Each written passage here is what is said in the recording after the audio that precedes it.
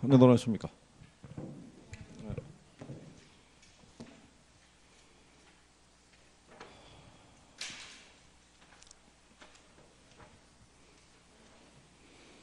오늘 392페이지 할 차례인 거예요?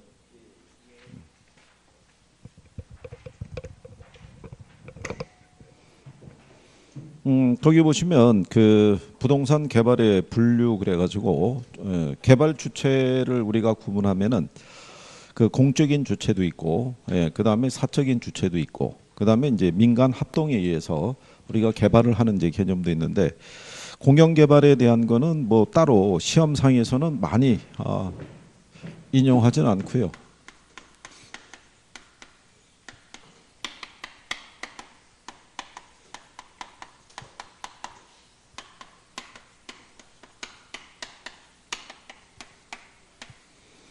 여기는 이제 공적 주체에 의한 개발이기 때문에요. 일반 민간 개발에 의해서는 좀 더 계획적이고 효율적으로 우리가 이제 개발 사업을 추진할 수가 있다 이런 얘기고요. 거기 보시면은 동그라미 B에 보면 공공 개발은 민간 개발과는 달리 사회적 편익을 고려하는데 사회적 편익이 비용을 초과한다면 개발 사업의 타당성이 있다고 본다 이제 이렇게 구성이 되는데요. 그거를 하기 위해서 뭐 하냐면 우리가 줄여서 예타라고 얘기하죠. 예비적 타당성 분석이라는 걸 거쳐야 돼요. 그죠? 그래서 그거를 조사하는 게 뭐냐면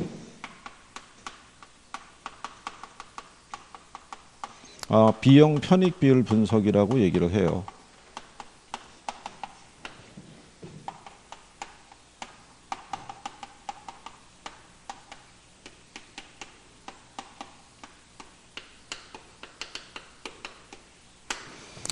요 비율을 측정해 가지고요. 이게 1보다 크면 공영 개발인데 이제 경제성이 있다고 보고 사업을 추진한다라고 이렇게 생각하시면 돼요.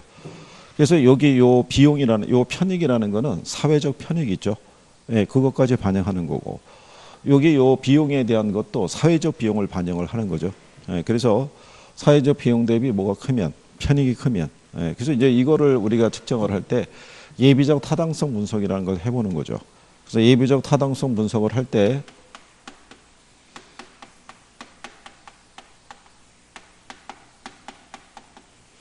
이건 이제 줄여서 우리가 예타라고 얘기하죠. 이거 분석할 때요. 사업성을 분석을 하게 되면 시장성이라는 것도 있고요. 그 다음에 경제성이라는 것이 있다 그랬을 때 이게 다 충족이 돼야 돼요. 근데 이 시장성이라는 거를 정책적인 측면에서 접근할 수도 있어요. 그게 있으면 사업을 추진할 수 있다. 그래서 아마 용어 정도는 알아두셔야 될 거예요. 예비적 타당성 분석이라고 해서 개발의 단계에서 여러분들이 해본 거예요. 그죠? 그래서 유관 시험에도 한번 출제한 적이 있어요. 박스로 내용을 주고 뭐에 대한 설명이냐. 그래서 답을 예비적 타당성 분석으로 유도한 적이 있어요. 이게 뭐냐면 위에 거 있죠. 이게 수익성 지수예요. 투자론에서 배웠던 거.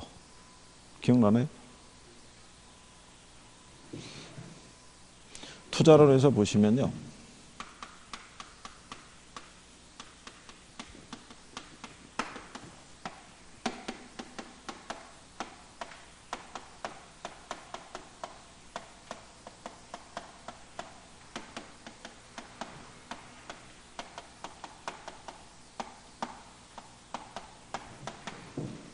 유입의 한가를 유출의 한가로 나눈 상대 지수를 우리가 수익성 지수라고 그러죠. 그래서 1보다 크면 우리가 투자한다라고 했잖아요. 그죠? 같은 맥락이에요. 저게. 그래서 수익성 지수라고 표시를 하더라도 똑같은 논리다라고 이렇게 인식하시면 돼요. 그죠?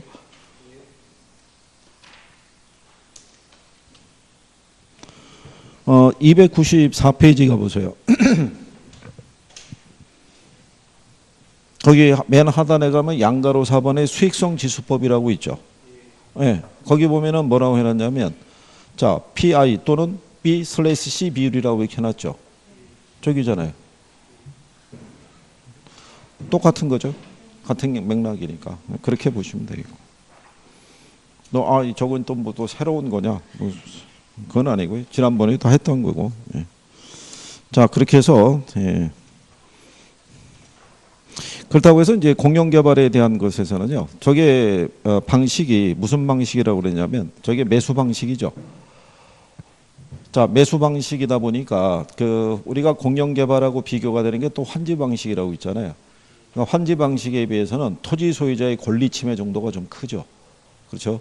또는 수용 과정에서 피수용자와 수용자 간의 갈등 같은 것도 발생할 수 있어요, 없어요? 네, 그것도 발생할 수 있죠. 네, 그게 시험 지문상에서 가끔 인용이 되죠. 여기 그 여러분들이 보시면 그 383페이지 보시면 300 거기 보시면 공영 개발에 대한 그 장점이 있고 그다음에 뭐가 있어요? 393페이지에 보시면 거기에 보면 단점 이렇게 나와 있잖아요. 그러니까 장점이라는 거는 계획적인 이 토지 이용 계획에 따라서 토지 개발과 이용을 하기 때문에 예를 들어서 스포일 현상이라든가 무분별한 개발이나 이런 거를 막을 수 있다. 뭐 이런 얘기가 되겠죠. 근데 단점을 보게 되면은 조상 대대로의 생활 터전의 상실이라든가 개발 과정에서 주민 의견 수렴 과정의 배제 또는 보상액에 대한 불만이 있죠. 네, 그래서 그 피수용자와 수용자 간의 갈등이 있죠. 보상 문제로. 예, 그걸 유발하는 게 무슨 방식이다? 공영 개발 방식이라고 생각하시면 돼요. 그래서 뭐 그런 정도 보시면 되겠고요. 여기서 여러분들이 정리하셔야 되는 거는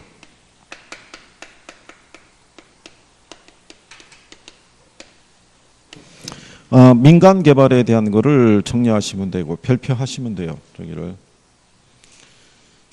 작년에도 여기서 출제했었어요. 여기서. 자, 근데 이게 민간 개발 방식에 보게 되면요. 제일 먼저 나오는 게 자체 개발 사업이라고 있어요. 자체 개발이라는 건 지주 자력 개발 방식이에요. 그러니까 토지 소유자가 사업 주체가 토지 소유자가 되는 거예요. 토지 소유자가 개발 자금을 대서 자기 땅에다가 개발해서 분양해서 수익을 가져가는 그런 방식이라고 보시면 되죠. 그게 자체 개발이죠. 그런데 본인이 자금을 대서 개발을 하고 난 다음에 수익도 가져가지만 리스크의 부담도 다 본인이 져야 돼요. 그래서 상대적으로 위험 부담이 크기 때문에 그거를 줄이기 위해서 하는 방식이 뭐예요? 지주 공동 사업 방식이에요. 이거는 개발업자하고 토지 소유자가 이 결합을 해서 이제 개발 사업을 추진하는 방식인데요. 지주 공동 사업을 하는 가장 큰 이유 중에 하나는 위험을 분담하기 위해서 개발 사업에서 발생하는 자, 이 사업을 추진할 때 종류를 보게 되면 공사비를 뭐로 지불하는 형태예요. 네, 대물로 변제하는 거. 공사비 대물로 변제하는 방식을요. 다른 말로 등가 교환 방식이라고 그래요.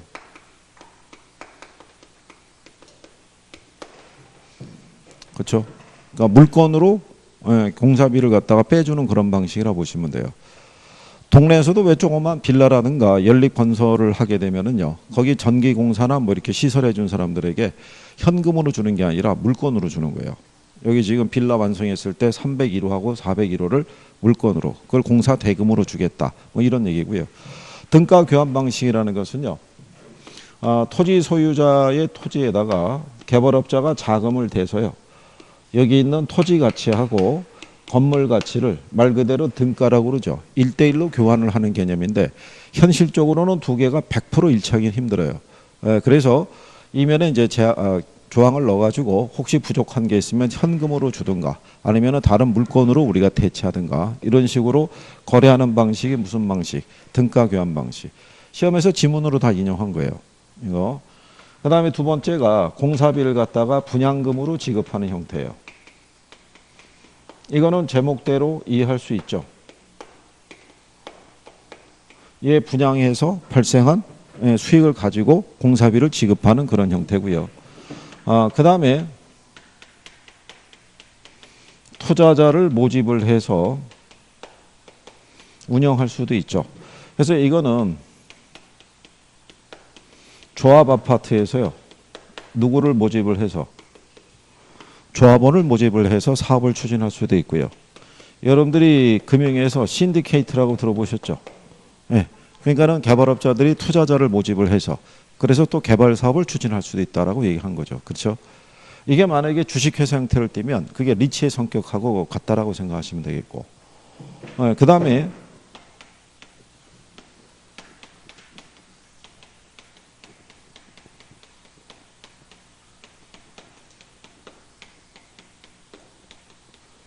사업 수탁 또는 위탁 방식이라고 있어요. 그죠?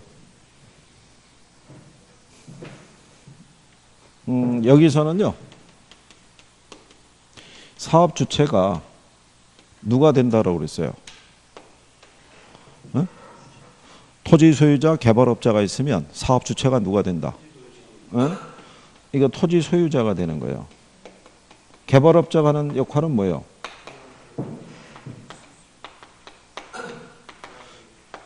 개발업자는 사업을 대행을 해주는 거예요. 이게 사업을 대행해 준다 그러니까 개발 사업을 대행을 하는 개념이 아니라 예를 들어서 개인이 건물을 지었잖아요. 개인이 분양을 하려고 그러면 공식력 문제가 있고 분양의 노하우가 없기 때문에 분양이 잘 안 돼요. 그러니까 이게 사업 대행한다는 얘기는 분양을 대행해 준다는 얘기예요. 분양을 대행해 주면서 건별로 수수료를 지급하는 그런 케이스라고 생각하시면 돼요.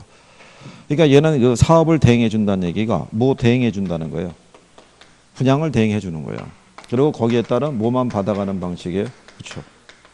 그러니까 여기서 이 개발업자가 지분을 공유하고 있다든가 이익을 공유하고 있다든가 소유권을 이전을 받는다든가 이런 논리 나오면 다 틀리는 거예요. 이건 단순하게 사업 대행만 해주는 역할이다. 이런 얘기고요. 그 다음에 이제 또 하나의 방식이 뭐냐면요.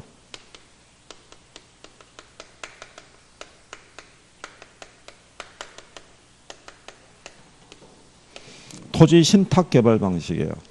제가 여기 민간 개발을 설명할 때는요. 제목을 일단 노란색으로 해준 다음에 안에 들어와서 다시 노란색으로 해준 애가 얘네 둘이에요.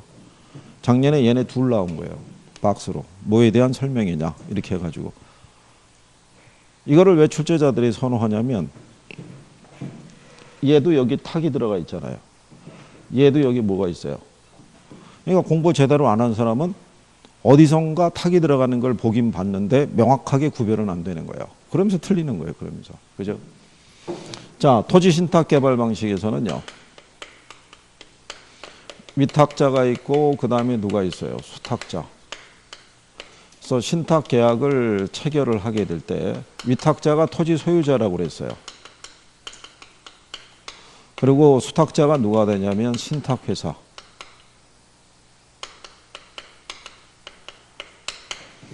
얘네가 이제 계약을 체결하게 되면요. 이 토지 소유자가 갖고 있는 이 토지에 대한 소유권이 있죠. 이게 형식적으로 누구에게? 신탁사에게 이전이 되면 이 신탁사가 이제 뭐를 조달을 해서 건설 자금을 조달을 해서 개발 사업을 완성을 해서 분양 또는 임대를 통해서 발생한 수익이 있죠. 예, 거기에서 자기들의 어떤 개발 비용과 수수료를 공제하고 나머지를 이제 토지 소유자에게 돌려주는 그런 방식이라고 보시면 돼요. 그러니까 여기서 이것도 시험에서 따로 나온 적이 있어요. 이 건설 자금의 조달과 관리 있죠. 누가 하냐 이거죠. 위탁자가 한다고 해서 틀리게 나온 적이 있어요. 그죠? 그러니까 여기 있는 토지 소유자는요. 이 토지 관계는 확실히 정리해서 넘겨줘야 돼요. 예, 토지에 대한 예를 들어서 이거를 매입을 하거나 하는 거는 얘네가 거기까지는 관여하지 않아요. 그러니까 자 그래서 이렇게 건설 자금을 조달을 해서 운영을 하는 개념이고요. 이 방식 중에서 형식적으로는 소유권이 이전되는 방식이 이거 하나밖에 없어요. 그것만 별도로도 출제한 적이 있어요. 그래서 발생한 수익을 위탁자 또는 위탁자가 지정하는 수익자 있죠. 예, 수익자에게 교부할 수도 있어요. 요 수익자는 위탁자하고 같을 수도 있고요. 예, 또 다른 제3자가 될 수도 있어요. 요게 신탁 중에 보면요. 관리신탁이라고 있어요. 예, 관리신탁의 종류가 갑종관리신탁이 있고 을종관리신탁이 있는데 을종관리신탁은 명의신탁이에요. 근데 갑종관리신탁은 어떨 때 쓰냐면 우리나라 사람들이 만약에 해외 이주를 나갈 때 국내에다가 부동산을 두고 갈 때가 있어요. 그러면 자기가 해외에 있으니까 관리가 어렵잖아요. 그러니까는 전체적인 관리를 신탁사에게 신탁을 맡겨버리는 거예요. 그죠? 아니면 자녀에게 예를 들어서 부동산을 물려주기는 지금 어렵다는 얘기죠. 예, 그러면 어떻게 해주냐면 소유자가 신탁계약을 체결하고요. 수익자를 자녀를 지정하는 거죠. 그러면 그 부동산에서 발생하는 임대 수익에 대한 수익은 누구에게? 자녀에게 교부하는 그런 방식으로 그렇게 해도 관리할 수 있다는 얘기죠. 그래서 어쨌든 간에 토지 신탁에 대한 것도 정리는 그렇게 해 주셔야겠고요. 그 다음에 395페이지 가시면 거기 이제 투자자 모집형 밑에 가면 컨소시엄 구성 방식 이렇게 나와 있어요. 그죠? 이게 순서가 이렇게 섞여 있는데 이렇게 분리시키시면 돼요. 예, 그래서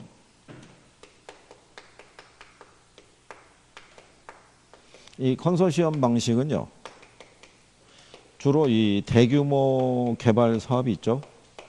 예, 이거를 추진할 때 여러 개의 기업이 연합 법인 같은 것을 설립을 해서 개발 사업을 추진하는 케이스라고 보시면 돼요.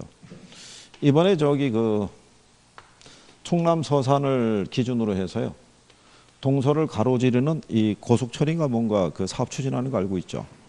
예. 그러면 이게 사업 구간이 엄청 길 거 아니에요. 그렇죠? 이걸 하나의 기업이 모든 사업 구간을 책임질 수는 없죠. 그러면 이게 구간별로 입찰이 들어간다고요. 근데 이 구간에 따라서 그 입찰을 따내더라도 그게 사업비가 만만하지 않죠. 예, 그러니까는 하나의 뭐 주력이 되는 뭐 예를 들어서 L이라는 뭐 건설사가 있다면 밑에 뭐 하청이나 여러 가지 연결되어 있는 회사들이 같이 들어가는 거죠. 예, 들어가게 되면 그래서 이제 이거를 설립을 해서 사업을 추진하는데, 이게 물론 기술이라든가 정보의 어떤 이제 보안이라든가 자금에 대한 어떤 이제 이런 흐름에서는 서로 도와줄 수 있으니까 좋은데, 저게 만약에 국책 사업 같으면요, 거의 이익이 정해져 있다고 봐야 되죠. 그러니까 이제 여기에 따라서 이해관계가 좀 첨예하게 대립돼요. 출자를 많이 할수록 이익을 많이 가져갈 수 있으니까. 그러니까 누구를 많이 주고 누구 적게 주기 어렵죠. 또 의사결정이 또 신속하지 못할 때도 있고. 그런데 어쨌든 대규모 개발 사업에는 이런 방식으로도 접근할 수 있다. 그래서 그런 내용을 구별하시면 되겠고요. 어쨌거나 그 394페이지에 있는 중간에 거기 동그라미에 사업 수탁 방식 하고요. 그 밑에 F에 가면은 토지 신탁 방식 있죠. 그 두 가지 정도는 별표하고 기억을 해 두시는 게 필요하다, 이런 얘기예요. 그래서 뒤로 넘어가셔가지고 396페이지가 보시면요, 상단에 예제 하나 있죠. 예제에서도 틀린 거 물어봤을 때 3번 지문에 보시면 토지 신탁 방식하고 사업 수탁 방식은 형식의 차이가 있으나 소유권을 이전하고 사업 주체가 토지 소유자가 된다는 점이 동일하다, 그러니까 틀린 거죠. 소유권 이전하는 거는 이건 토지 신탁 개발 방식밖에 없어요. 그죠? 그리고 지문 4번에 보면 개발 사업에 있어서 사업 자금의 조달 또는 상호 기술 보완 등 필요에 따라 법인 간의 컨소시엄을 구성해서 사업을 추진한다면 이는 컨소시엄 구성 방식에 해당이 된다, 이렇게 얘기하는 거예요. 결국 나머지 애들에서 틀리게 주는 것은요, 제목을 바꾸는 것밖에는 방법이 없어요. 그러니까 일단 이 두 가지를 기준으로 해서 정리하시면 되겠고요. 그 다음에 이제 양가로 그 밑에 가면요, 96페이지에 토지의 취득 방식에 따른 분류를 해서 환지 방식, 전면 매수 방식, 혼합 방식, 신탁 개발 방식 뭐 이렇게 나와 있죠. 근데 이게 취득에 대한 부분이라고 했는데요. 그냥 간단하게 보시게 되면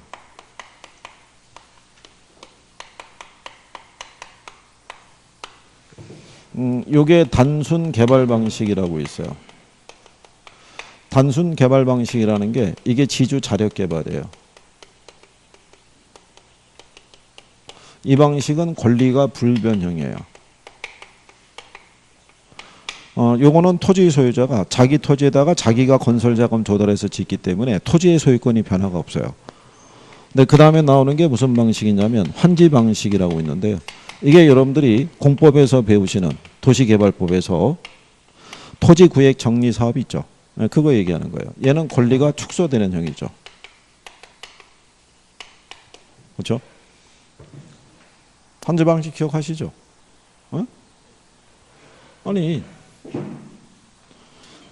도시 주변에 이거 구획 정리 제대로 안 된 지역이 있을 거 아니에요. 이런 식으로. 그러면 효율적인 이용이 어려우니까 이렇게 구획 정리 해주는 거잖아요. 이렇게. 그죠? 그럼 이렇게 구획 정리해 주면은 사업비가 들어갈 거 아니에요. 그 사업비가 들어가는데 사업 주체가 이 비용 부담하지 않고, 원래 토지 소유자의 면적이 만약에 1000평이라고 그러면 이 중에서 일부를 떼어내는 거죠. 관보를 적용해서. 그래서 그거를 조성해서 채비지 조성하죠. 그러고 난 다음에 이제 이게 구획 정리되면은 여기 있는 이 토지 소유자들에게 이 토지를 재분배해 주는 거죠. 재분배. 그러니까 매각을 하는 개념이 아니죠. 그게 시험에 한번 틀리게 나온 적이 있죠. 근데 돌려줄 때는 관보를 적용했으니까 원래 토지 면적보다는 적게 돌려주는 거죠. 그러니까 권리가 어떻게 돼요? 축소되는 거고, 권리가 축소된 부분은 땅값 상승으로 보상해 주는 뭐 그런 제도라고 보시면 되죠. 그 다음에 이제 그 밑에 그 보면 전면 매수 방식이라고 해놨죠. 이게 주로 공영 개발 방식이라고 보시면 되죠. 이 방식이. 그래서 얘는 권리가 소멸되는 형이죠. 다 매수해버리니까. 그렇죠? 예. 그래서 그런 방식의 형태다라고 보시면 되죠. 그래서 여기 전면 매수 방식에 보면요. 마지막 줄에 이 방식은 권리 소멸형에 해당한다고 볼 수 있다. 이렇게 해놨잖아요. 그죠? 예. 그래서 토지 취득 방식에 따라 뭐 그런 정도로 보시면 되겠고요. 그 다음에 옆에 가시면은 신개발하고 재개발이 있는데요. 그 재개발 쪽에 가서 신개발 쪽에서는 여러분들에게 인용이 되는 부분은 거의 없고요. 재개발 쪽에 가게 되면은 거기 재개발의 구분에서 정비 사업의 유형에 따른 구분이라고 해놨죠. 예, 그래서 주거환경 개선 사업이 있고요. 뒤로 넘어가면 재개발하고 재건축 사업이 있죠. 예, 용어 정도는 알아두시는 거죠. 그게 도시 및 주거환경 정비 법령상이 있죠. 예, 법령상의 용어가 그게 통합이 된 거예요. 원래 5개에서 3개로 통합이 된 거죠. 그래서 첫 번째로 나와 있는 주거환경 개선 사업은 주거환경 정비 사업하고 통합된 거예요. 근데 예전에 여러분 기출에서는 주거환경 정비 사업에 대한 거를 단답형으로 물어본 적이 있어요. 박스를 주고 무슨 사업에 대한 내용이냐 이렇게 출제한 적이 있는데 걔가 주거환경 개선 사업하고 통합이 된 거예요. 그리고 안에 내용이 이게 수정이 된 거예요. 그러니까 일단 주거환경 개선 사업에 대한 용어 정도는 알아두셔야 돼요. 그 정도는. 왜냐하면 문제를 낼 만한 게 있어야 되잖아요. 거기를 위주로 낼 테니까 그거 알아두시고 뒤에 있는 재개발 사업도 역시 내용이 수정이 된 거예요. 걔도 통합이 된 거니까 재개발 사업도. 근데 재건축 사업은 그냥 그대로 적용하는 거예요. 그래서 이 재건축 사업은 주로 이 공동주택 있죠. 네. 그쪽에 있을 때 그 공동주택이 밀집한 지역에서 주거환경을 개선시키는 작업이에요. 그래서 주로 강남에서 이루어지는 게 주로 이 재건축 사업이에요. 그렇죠? 기존에 오래전에 지었던 아파트들이 있죠. 예, 걔들은 이제 재건축 사업을 추진하고 있다라고 이렇게 보시면 되겠고, 재개발 사업은 이거보다는 조금 더 포괄적이라고 볼 수 있죠. 예, 거기 보면은 정비 기반 시설이 열악하고 노불량 건축물이 밀집한 지역에서 주거 환경을 개선하거나 여기는 상업이나 또는 공업 지역이 있죠. 예, 여기까지도 범위가 좀 더 적용이 되니까 조금 더 넓은 개념이라고 보시면 되겠죠. 그래서 그렇게 그래서 용어 정도는 예, 구별을 해주시는 게 필요할 것이다. 그러면 출제자들이 만약에 용어를 인용을 한다 그러면 여기서 재건축 사업을 답으로 유도하지는 않을 거라고 보는 거죠. 그 만약에 내게 되면은 재개발 아니면은 주거환경 정비에 관한 부분을 낼 수가 있겠죠. 그러니까 용어적인 부분만 인용을 해주시면 될 거예요. 그거를 나중에 여러분들에게 문제로 다 드릴 거라고요. 뭐에 대한 내용이냐, 그죠? 그래서 주거환경 개선 사업이다 이렇게 찾을 수 있어야 된다는 얘기죠. 그렇게 그래서. 그 다음에 그 밑에 가면 시행 방법에 따라서요. 보존 재개발, 수복 재개발, 개량 재개발, 철거 재개발에 대해서 지난번에 우리가 설명한 거죠. 그 중에 가장 적극적인 게 뭐라고 그랬어요? 이게 보존 재개발이 있고요. 수복 재개발이 있고 개량 재개발이 있고 철거 재개발이 있으면 얘가 가장 적극적인 거예요. 전면 철거 재개발이니까 기존에 있는 시설을 다 밀어버리고 새로운 시설로 대체하는 그런 방식이고, 개량 재개발이라는 건요. 노후 또는 불량화의 요인이 있으면 걔를 원상 회복을 시켜주고요. 그 지역에 없었던 새로운 시설을 지어줌으로써 새로운 기능을 부여하는 게 개량 재개발. 근데 여러분 시험에서는 요거 2개를 바꿔서 낸 거죠. 근데 여기 제목이 뭐예요? 수복이죠. 그럼 얘는 노후 불량화의 요인이 발생했다 안 했다? 에? 발생했다고요. 발생한 애를 수복, 원상 회복시켜주는 거라고요. 에? 그럼 얘는 노후 불량화의 요인이 발생했다 안 했다? 안 했다고요. 그걸 사전에 방지하기 위해서 행하는 개발이 보존 재개발이에요. 그러니까 뭐가 설명하는 거예요? 제목이. 그래서 그때 왜 보존 재개발에 대해서 설명할 때 경주의 예를 들고 설명했잖아요. 벌써 한 2년 전인가에 경주에 지진 발생했잖아요. 지진 발생했을 때 많은 학자들이 깜짝 놀래가지고 경주에 이제 유서 깊은 유적이 많으니까 그래서 첨성대 가봤더니 멀쩡하더라는 거죠. 그러니까 1000년 전에도 경주 지방에는 지진이 많이 발생했대요. 그러니까 1000년 전에 건축물에도 내진 설계가 돼 있던 거죠. 예, 그러니까는 그때의 기술이 상당히 우수했다고 할 수 있죠. 그 전에. 그런데 그게 그때 당시 지진의 강도가 어느 정도인지는 모르겠으나 그때 경주에서 나온 지진에 대한 거는 뭐 수도권까지도 그 울림이 전달이 될 정도였으니까. 그래서 어쨌든 간에 그게 나중에 또 더 큰 규모의 지진이 발생하면은 파손이 될 수도 있잖아요. 그러니까 그거를 막기 위해서 보강 장치를 해놓는 거죠. 문제가 있는 건 아닌데 혹시 나중에 있을 어떤 문제를 미리 막기 위해서, 그죠? 그렇게 하는 재개발이 무슨 재개발? 보존 재개발 이런 얘기예요. 그래서 보존 재개발은 주로 역사적으로 왜 보존할 만한 가치가 있는 왜 유물이 많은 밀집된 지역이 있죠. 그런 지역에서 보존 재개발하는 거예요. 그래서 경주 지역은 함부로 자기 소유의 부동산이더라도 손을 댈 수가 없어요. 거기는 규격에 맞춰서 지붕도 기와를 쓰게 되면 그것도 정해진 규격에 따라 그 기와를 써야 되기 때문에, 그래서 그때 지진으로 인해서 개별 가구가 피해를 봤을 때 그거 복구하는데 시간 무진장이 오래 가는 거죠. 그 규격에 맞춰서 이걸 해줘야 되니까, 그죠? 무슨 뭐 그렇다고 보시면 되겠죠. 그 다음에 뭐 외관에 따른 분류하게 되면요, 유형적 개발이라는 거는 토목공사를 통해 가지고 토지의 물리적인 변형을 처리하는 것을 유형적인 개발, 그러니까 눈에 보인다는 얘기죠. 무형적인 개발이라는 거는 용도 지역 지정에 대한 변경 뭐 이런 것도 있죠. 그린벨트 지역인데 그거를 뭐 택지지구로 용도 변경을 해주는 것도 하나의 개발적인 행위라고 볼 수 있는 거죠. 뭐 그렇게 지금 뭐 구두로 얘기하는 거는 그냥 참고하셔도 돼요. 그렇죠? 그다음에 이제 옆에 이제 가시면 399페이지에 그 부동산 개발의 과정이라고 있죠. 그거 정도는 별표 하나 하셔가지고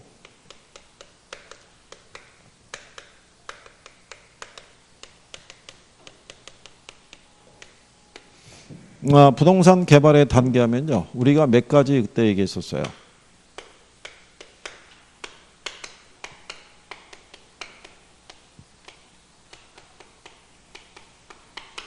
이렇게 해서 7가지 얘기했어요. 7가지. 그렇죠? 순서를. 여기 보면은 아이디어 단계 또는 무슨 단계라고 얘기해요. 구상 단계. 이 아이디어를 내는 거는요, 시간이 경과할수록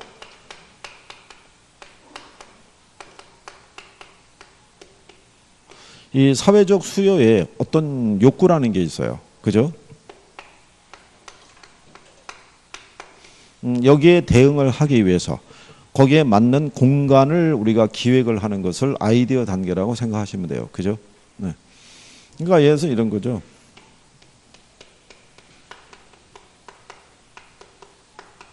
주 5일 근무를 하게 되면은 도시인들이 갖고 있는 로망 중에 하나가 전원생활이에요.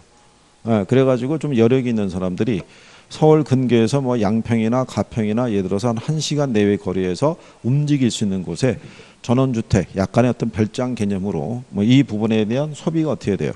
좀 늘어났다는 얘기죠. 그러면은 이게 필요할 수 있을 것이다. 그럼 거기에 맞는 것에 대한 부지 확보하고 이렇게 사업을 또 추진할 수도 있고요. 고령화 시대라고 그래가지고요. 여러분들 알고 있는 왜 우리가 펜션이라고 얘기했었죠. 이게 펜션이라는 의미는 연금이라는 뜻이에요. 그러니까 원래 펜션이라는 거는 정년퇴직을 하고 연금으로 생활하는 사람들이 거주하는 주택을 펜션이라고 그래요. 그러니까 우리나라는 이게 민박집으로 소개돼서 들어왔는데 이게 펜션의 의미가 이제 그렇다는 얘기죠. 그러니까 미국에서는 자, 고령화 시대로 접어들고 연금으로 생활하는 사람이 많아지니까 그 양반들이 좋아할 만한 어떤 이제 환경이 있죠. 거주 환경을 갖고 있는데, 그래서 미국 쪽에서는 남부 이 플로리다 주라고 있어요. 거기 하면 마이애미라고 있어요. 쿠바나 이쪽을 인접한 지역에 거기가 이제 지중해의 어떤 기후이기 때문에 따뜻하고 온화하거든요. 그러니까 그런 쪽에다가 주로 공급하는 거죠.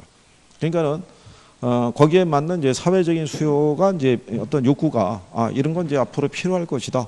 그러면 이제 그 공간에 대한 뭐를 하는 거예요? 구상을 하는 거예요, 구상. 그래서 개발업자 아이디어가 참 중요하죠. 그렇죠?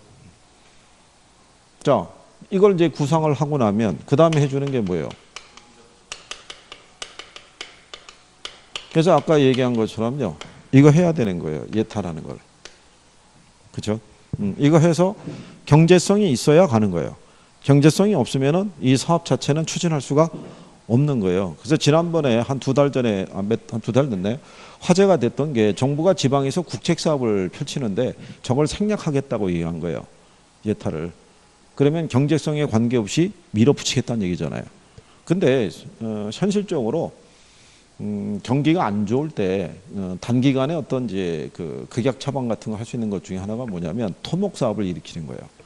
토목 사업을 일으키게 되면, 즉 건설업 같은 거 일으키게 되면 일단 바로 인력이 필요하잖아요. 일단은 고용이 창출이 된다고요. 그리고 일단 돈이 돈다고요. 그게.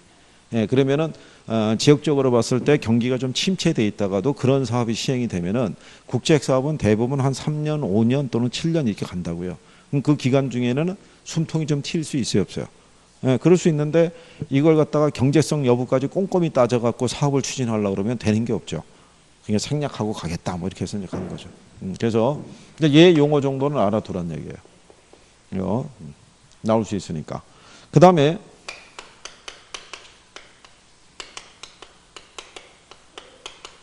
이 부지 모색 및 확보 단계가 있는데 개발 사업의 성패는 여기에 달려 있다고도 볼 수 있어요. 그게 개발 사업에 적합한 부지가 확보가 될 수 있느냐 아니냐가 중요하죠. 그렇지 않겠어요? 저기 현실적으로는 저런 문제가 많이 부딪혀요. 여기 있는 토지 소유자를 설득해서 이 땅을 매입을 해야지만 주변에 매입한 땅까지 합쳐가지고 어떻게든 해볼 수 있을 텐데 저 땅이 매입이 안 되면 기존에 매입한 땅은 맹지가 될 수도 있는 거예요. 그러니까 어쨌든 간에 그 땅을 매입을 해야 되는 경우가 필요할 때도 있고 그러면 이제 토지 소유자는 갖가지 뭐 옵션이나 뭐 요구 조건이 많죠. 예. 근데 또 좋은 방법 중에 하나 뭐냐면 토지 소유자를 투자자로 끌어들이는 거예요. 그래서 현금으로 내는 건 아니고 현물로 출자하게끔 유도해가지고 그래서 뭐 확보하는 게 중요해요. 부지 확보하는 게 중요해요. 지금 제가 얘기하는 거는 간단하게 얘기하는 건데 실제는 되게 복잡한 거예요. 이거 내용이. 분량도 방대하고요. 그러니까 저희가 내용을 자르는 거예요. 예를 들어서 그 프로젝트 금융에서도요. 일정한 요건을 갖추면 프로젝트 회사는 세제상의 혜택을 볼 수 있어요. 그 말이 무서운 거예요. 일정한 요건이라는 게. 그 요건을 갖추는 그 과정이 되게 복잡하다고요. 그러니까 그것까지는 해봐야 머리만 아프다고 그러니까 그냥 그렇게만 해서 여러분 시험에 출제한 거예요. 그게 작년에도 나온 거죠. 그 다음에 이제 타당성 분석해요. 얘는 좀 더 구체적으로 하는 거예요. 여기 있는 예비적 타당성 분석은요. 개략적으로 대충 판단한다 그러면 얘는 좀 더 구체적으로.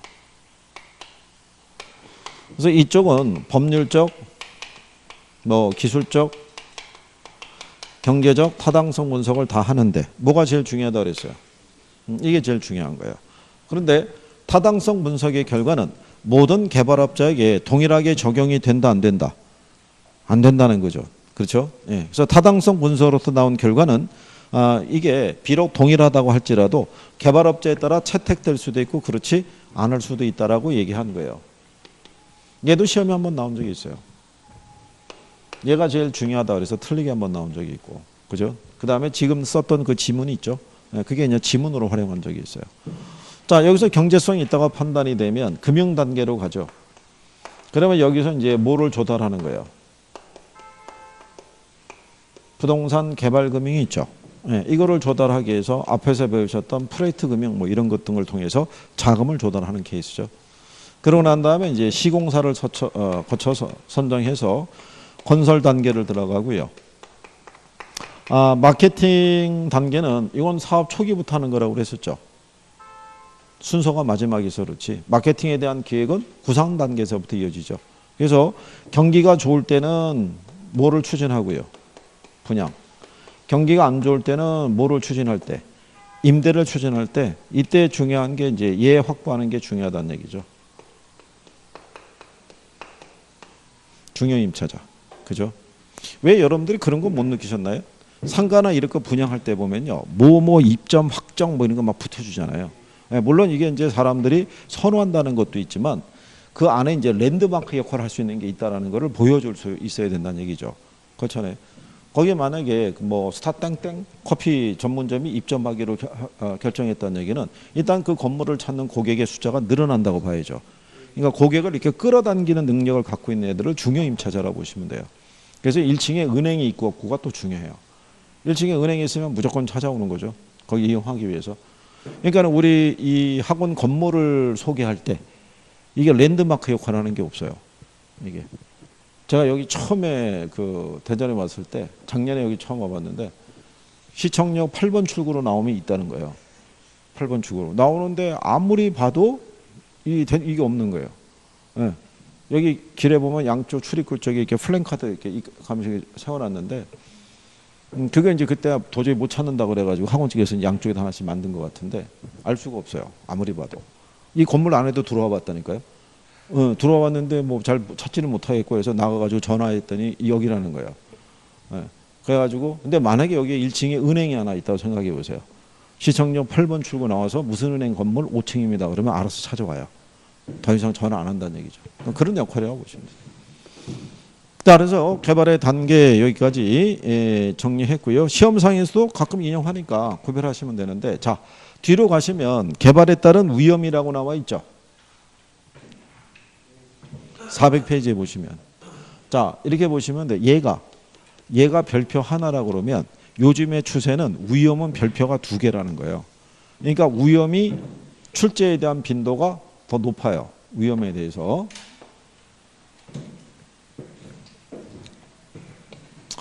자, 그러면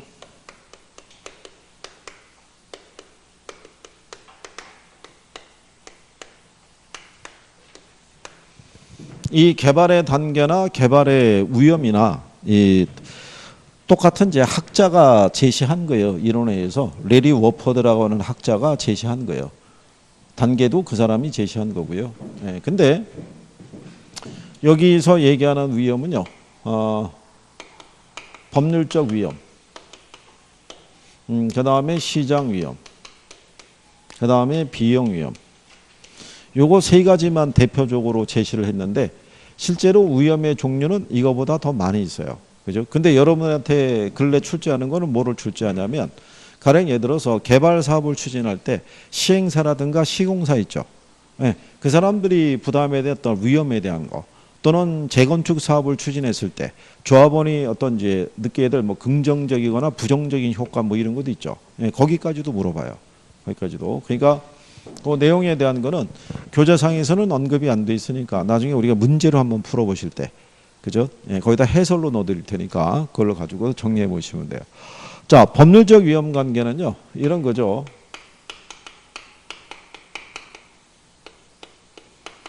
각종 인허가 등에 관련된 건데요. 이거는 누구하고 결부가 되어 있는 거냐면 행정관청하고 결부가 되어 있는 거예요. 각종 인허가는 누가 내주겠어요? 행정관청에서 내주겠죠. 그러니까 이거는 시행사나 시공사가 컨트롤할 수 없는 위험인 거예요. 무슨 말인지 아시겠죠? 이게 인허가 신청했다가 이게 반려가 되거나 아니면 인허가가 취소가 되면은 사업에 있을 때 개발 사업 초기에 들어간 비용은 건지지 못하죠. 일종의 매몰병이 돼 버린다고요. 그래서 또 이미 어떤 특정한 용도로 쓰기로 잠정적으로는 설정이 돼 있다가 이용 계획이 바뀔 수도 있어요, 없어요?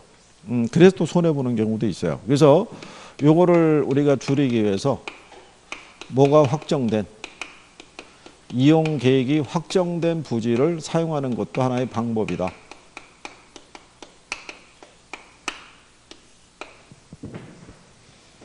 그래서 이제 그런 부분에 대한 것도 중요하죠.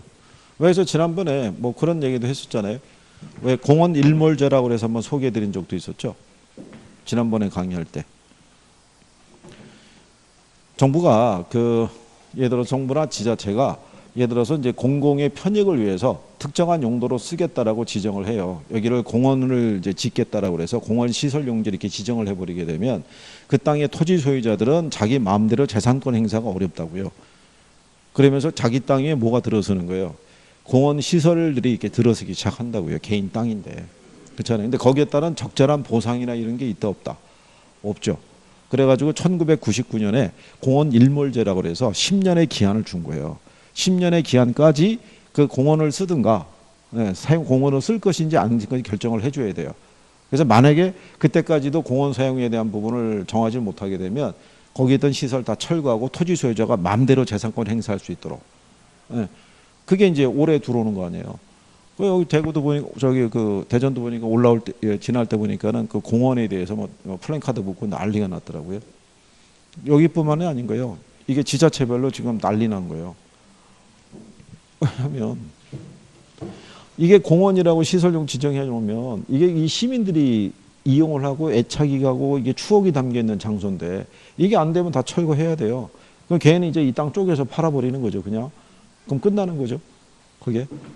그래갖고 이게 근데 전국에 있는 저 공원 시설 용지로 지정된 데가 저기 문제가 많대요. 그러니까 저거 다 만약에 사드리려고 그러면 비용이 천문학적인 비용이 들어가더라고요. 뭐 40몇 조? 뭐 이 정도 들어간다는 거죠. 그래서 어쨌든 전국에 이제 이런 땅들이 많이 있어요. 그죠? 자, 어쨌든 그런 내용이죠. 그래서 이 법률적인 위험은 시행사나 시공사 입장에서는 피할 수 없는 위험이에요. 그래서 이용객이 확정된 부지를 사용하면 그나마 위험을 조금 줄일 수 있다. 뭐 이런 얘기고요. 시장 위험이라는 건요. 갑작스러운 경기 침체로 인해 가지고요. 분양이라든가 임대가 저조할 수 있어요, 없어요? 그러면 원래 내정했던 분양가보다 싸게 분양을 할 수밖에 없는 그런 상태가 발생할 수 있죠. 그래서 그런 리스크를 줄이기 위해서 개발업자가 취할 수 있는 게 이런 거예요. 선분양이 있죠. 그러면 그림상에서는 이렇게 돼 있죠. 개발 사업이 이제 100% 완공이 되면 될수록이요.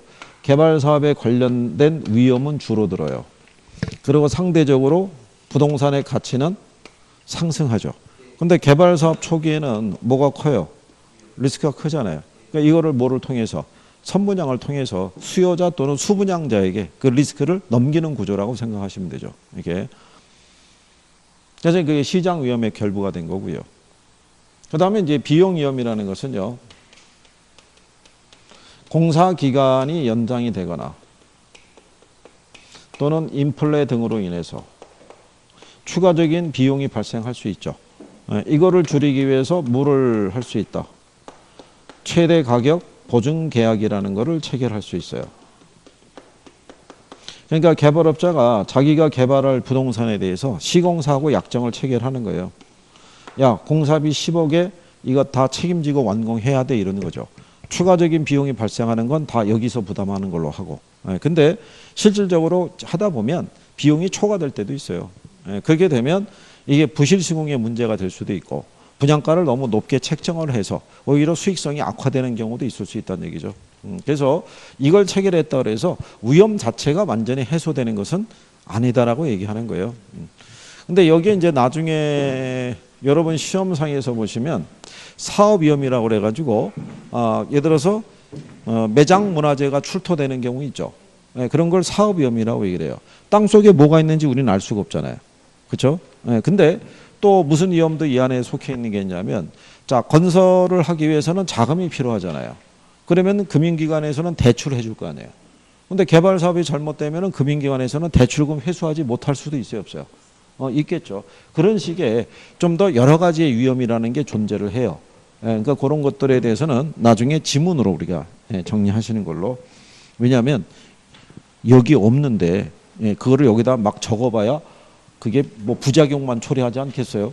그렇죠? 지금 있는 것도 간신히 우리가 하고 있는데 그렇지 않겠어요? 표정은 뭐 오늘 나온 것만 해도 굉장한 일을 하고 있는 거잖아요. 그죠? 과장 2000년 왜 안 나왔어? 뭐 어떻게? 독감? 아니 어떻게 이 학원은 젊은 친구들이 어떻게 몸이 안 좋다는 거예요? 여기도 맨날 피곤해 갖고 쓰러지려고 그러고 있고 건강은 무슨 뭐 진짜 어쨌든 간에 뭐 환자니까 건강들은 유의하시는데 어쨌든 지금 이제 4월이 다 가고 있는 거죠. 그죠? 그러면 다음 주에 우리가 오면은 몇 월 달에 만나는 거예요? 5월 달이죠. 드디어 꽃피는 봄이 오면 5월이 되는 거죠. 실록의 계절인 5월. 그죠? 5월 달이 들어가면 어저께 제가 딴 데서 수업하는데 막 선풍기 틀고 에어컨을 틀까 말까 고민하고 학생들이 막 그랬었어요. 그게. 근데 에어컨 틀린 게 부담스럽다 그러더라고요. 왜? 틀면 시험 일자가 확 다가오는 것 같아가지고 어떻게든 간에 한 주라도 버텨보겠다고 그러는데 그게 버틴다고 되겠냐고요. 그죠? 여기도 지나면 저기서 에어컨 안 틀겠어요? 에어컨 안 틀면 수업이 안 될 텐데 더워서. 참. 합격은 해야 되겠고 공부는 하기 싫고 참 그렇죠. 이 바닥에 왜 들어왔는지 참 후회만 가득하고. 한 방이에요. 얼마 안 남았어요. 자, 어쨌든 여기 나중에 보시면 개발에는요. 제가 이렇게 별표 해가지고 제목 달아준 애들이 몇 개 없어요. 고기 정도 정리해 두셔도 무난하게 포인트를 딸 수 있어요. 일단 그렇게 생각하시고 자 거기 402페이지에 가면 부동산 개발의 타당성 분석이라고 있죠. 여기도 별표는 하나 해드리는 게 뭐냐면 그러니까 예를 들어서 이런 거예요. 여기 이 개발의 단계가 있고 그 다음에 이제 개발의 위험이 있고요. 여기 보면 이제 민간 개발 이런 게 있었을 때 여기서 지문 하나씩을 발췌해 가지고 오지선다를 낼 때가 있어요. 예, 그래서 이제 기본적으로 활용하는 애들은 제목상에 별표를 해주는 거예요. 근데 그 안에 세부적으로도 표시가 나온 애들은 또 안에서 세부적으로 해주는 거고. 근데 이 근래 출제 빈도가 높으면 별표가 한 2개 되더라. 뭐 이런 식으로 얘기해 드리는 거예요. 그런 거 위주로 잘 정리하시면 돼요. 자, 잠깐 쉬었다가 예, 거기서부터 하시죠.